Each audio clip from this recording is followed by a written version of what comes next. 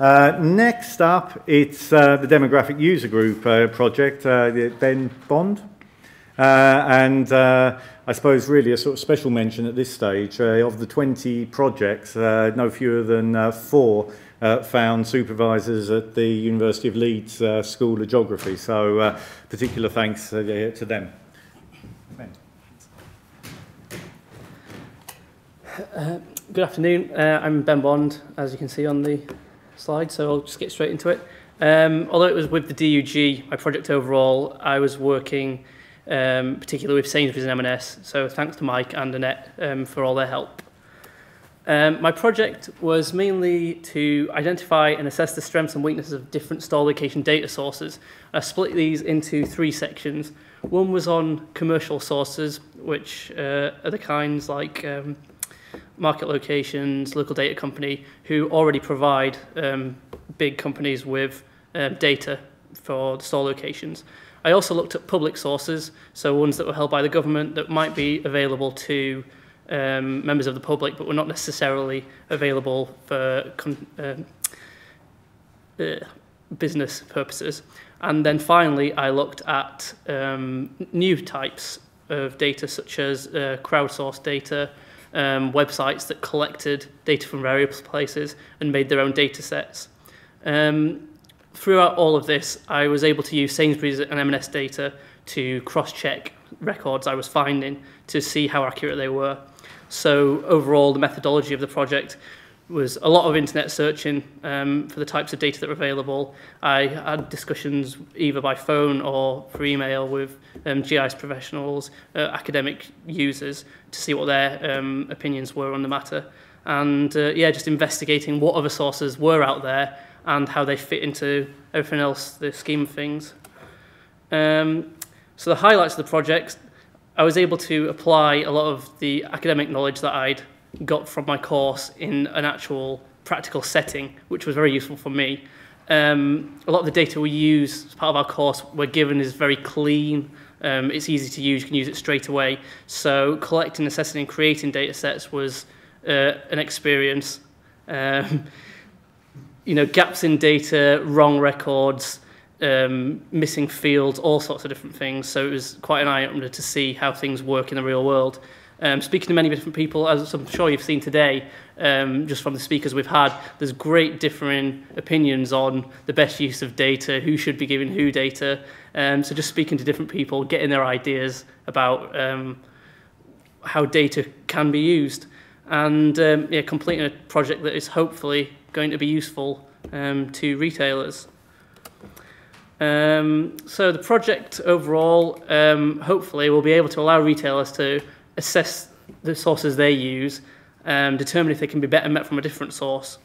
It looks at data sets which are currently out of reach, which maybe with some lobbying, maybe something Doug could get involved with, that could be beneficial to retailers if they were released. And it looks at future potential data sources and explores how the fusion of data sets may be the best way to do things. As part of the project, I set up my own crowdsourcing exercise, which I don't know if some people in the room may have contributed to. And I looked at a lot of websites that used user-submitted data to build their data sets. And from that, I was able to put together an exercise that I thought would be able to highlight some of the issues associated with crowdsourcing through the wording of the questions. So, for example, one of the questions had a drop-down list listing names of supermarkets. Overall, I had 99% correct records when I cross-checked them with the other data records I had. I had a question on facias that just had a box for the person to input their data, 66%. So even though that was entirely reliant on the person knowing, it was still a relatively good percentage of correct results. So I think overall, in answer to the question of which is the best data source, it's a very difficult question. There's no right answer.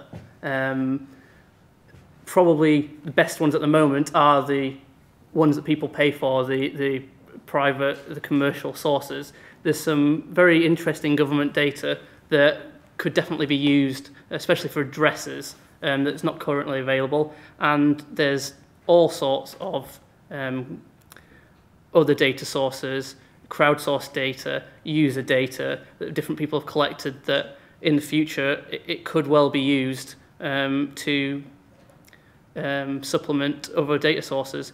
But the only problem with it is that obviously it takes a lot of time and effort to verify it and build it into your own data set. Yes, thank you very much for your time. Very good.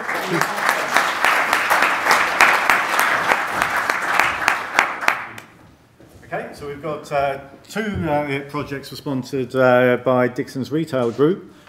Sam? Yeah.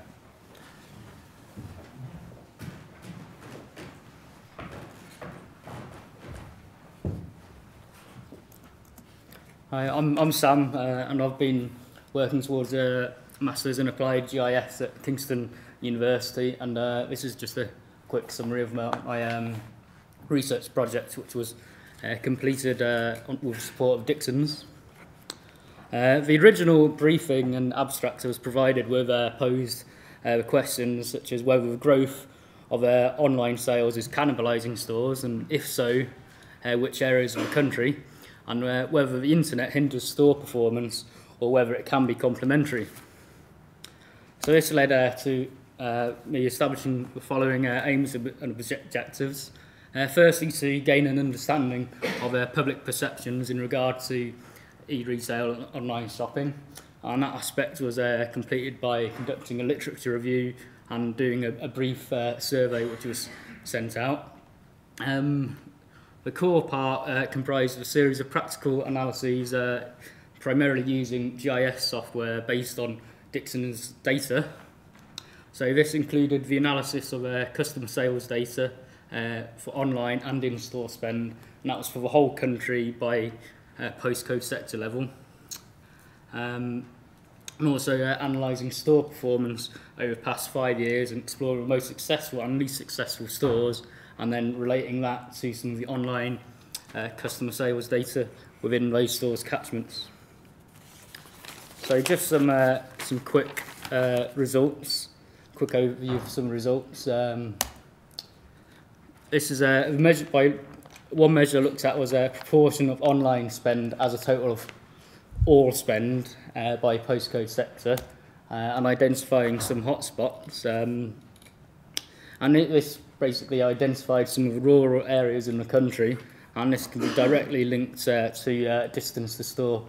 So some network analysis just confirmed that, which is what was to be expected really, and identified the rural solitude group within the Mosaic classification.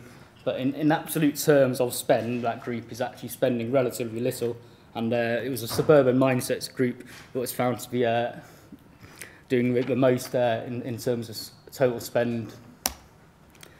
Some further results, the best performing stores were generally the larger 2-in-1 superstores.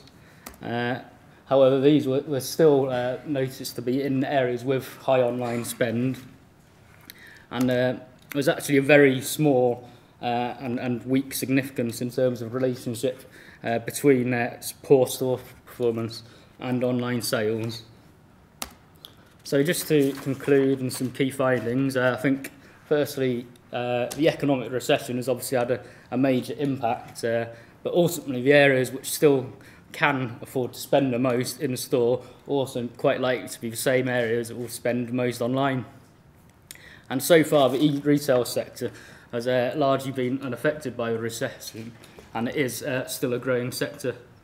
Weak relationship found suggests that online and in-store can coexist in a multi-channel offering, and as long as there's still incentives to go in store, and this is reflected by the changed role of the high street retailers, leading to perhaps more retail outlets and the experiential stores. And just finally, there were some data limitations in that it's a short period of time, but also I was looking at the whole country, so it was very ambitious in its geographical scale. And I think it could have been, perhaps in hindsight, more interesting to focus on a smaller geographical area in order to then break it down further demographically and by product types. But also I think it will be interesting to look at projects again in a few years' time when we're coming out of the economic recession, and also when the e-retail market has started to mature. And that's it. Very good. Thank you very much.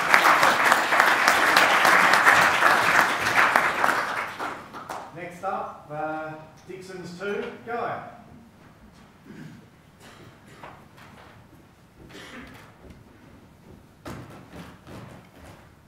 Right then. Hi everybody, my name's Guy Lansley, and like most of the students here from now on, I'm from the University of Leeds as well. And I did my dissertation with Dixon's Retail, who you may know for owning Currys and PC World in Britain. And they're also Britain's current electrical leading retailer, sorry. But I know them a lot better because in 2008, I gave my laptop to be repaired and they then lost it. Anyway, so my project was on what happens when a competitor enters or exits the market. Because particularly due to recession, a lot of the industry changed as a result of the change in spending patterns along consumer items. Like Comment, for instance, has recently been sold off, and Best Buy then left just about 2 years later. Due to the sensitive nature of data here, Dixon's have actually asked me not to present any of it to you. So instead, I'm going to briefly go over some of the methodologies. They're just walking away now. So Dixon's largely based much of their site location research on more traditional methods like checklisting or scorecarding, as it's sometimes called. And this is because they're not planning on making any particular large spatial decisions over in the future, apart from the sites they've already got access to. So it's quite easy for them just to get a checklist and have access to all their stores and be able to rank them in that order. But I argue that this approach was largely inappropriate and dated now. As you look at that example there, which is just some simulated geography, you know in the catchment that's the demand it is, but in reality, the competitors are a lot nearer to much of the demand, and one of the competitors that isn't even included within the catchment will therefore be excluded from the analysis.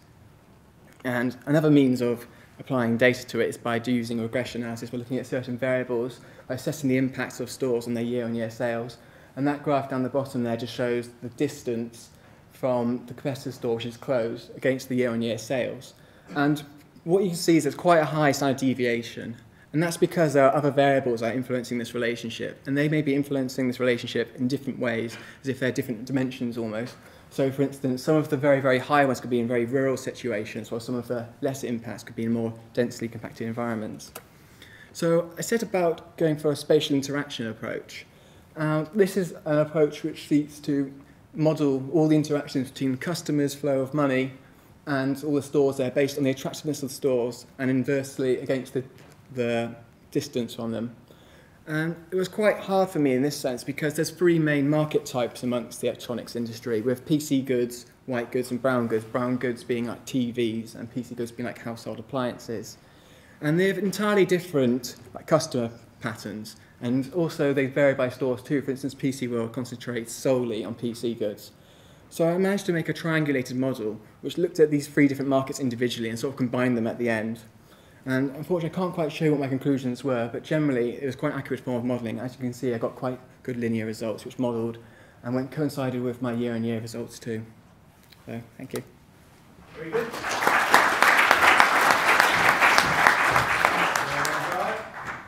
Tom? And John Lewis partnership.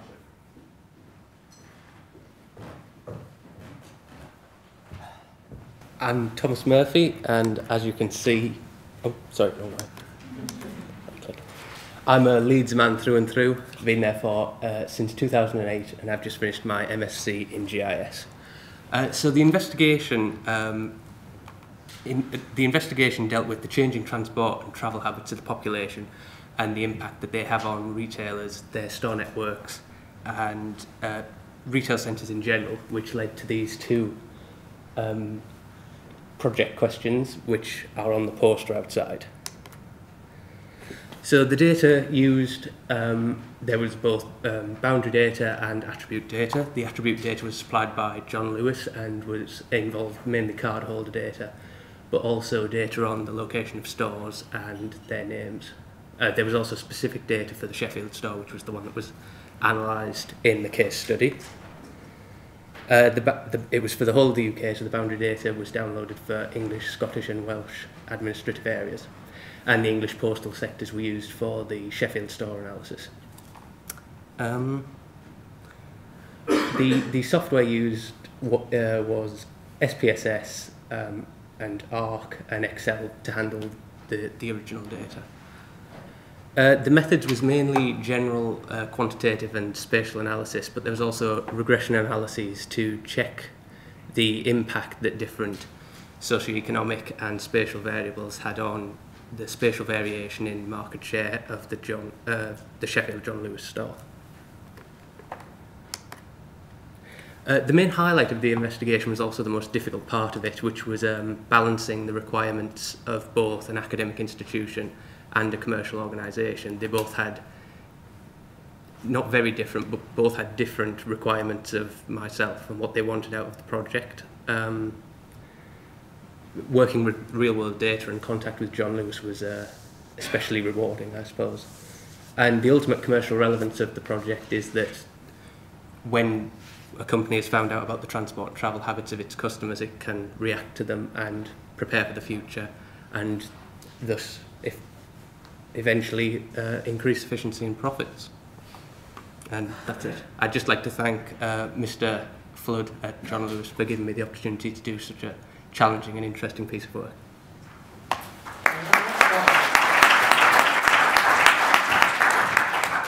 you very much, Thomas. And next one familiar to Mike, I suspect. Good afternoon. I'm another one from Leeds again. I'm Ben Clark, and my project was on the classification of retail centres in Yorkshire and the Humber. This obviously was in partnership with Marks and Spencer's and the ESRC, and the primary objective of it was to identify the reasons behind the death of the high street and if it is happening. Firstly, with the advent of the internet and internet shopping, which as of last year accounted for 12% of the market share, is something which is of interest and can have a detrimental effect on the high street. Likewise with shopping centres such as Meadowhall and White Rose Shopping Centre, they can draw customers away from traditional high streets and town centres.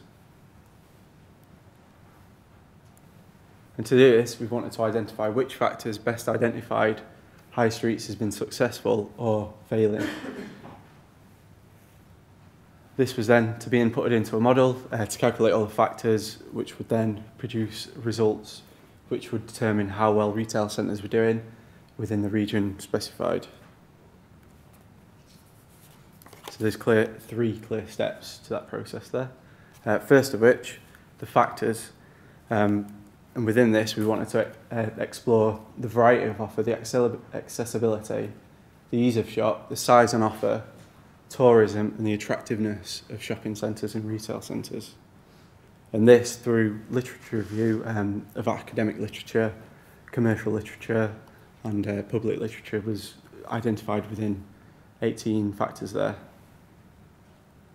This was then, through a selection process and consideration of these factors, determined the most suitable factors and variables to use within my model.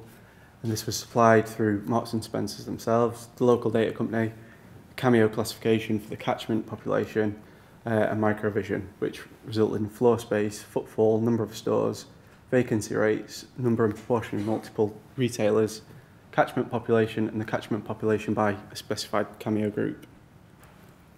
This was then inputted into the model, standardised, producing an overall score for each retail centre, which could then be used as the resulting output to determine which retail centres were doing well or failing. And this was cross-tabbed with M&S information to verify this. Thirdly, the results showed how the retail centres of Yorkshire and Humber fared. The map there shows the 5 retail centres that were doing well and succeeding, and 5 that were which were failing and were having a negative effect on. And as you can see, Meadowhall, which was the highest placed retail centre with the highest index score, is a shopping centre just outside Sheffield, which was affecting and often to a detrimental effect other retail centres in the area. And again with Hessel, a suburb just outside of Hull, considering the factors, this was the weakest retail centre within the study. These 5 retail centres, just to give you an example, were plotted on a scatter plot there to show the model and the M&S score, the store index, and it shows from this that the highest rated stores within the model obviously, or should, match up to the Marks and Spencers in terms of sales and the store index of that, but where you can see the 2 circles highlight there indicates where in the model stores are succeeding and where stores are failing, but having a vice versa effect in terms of sales.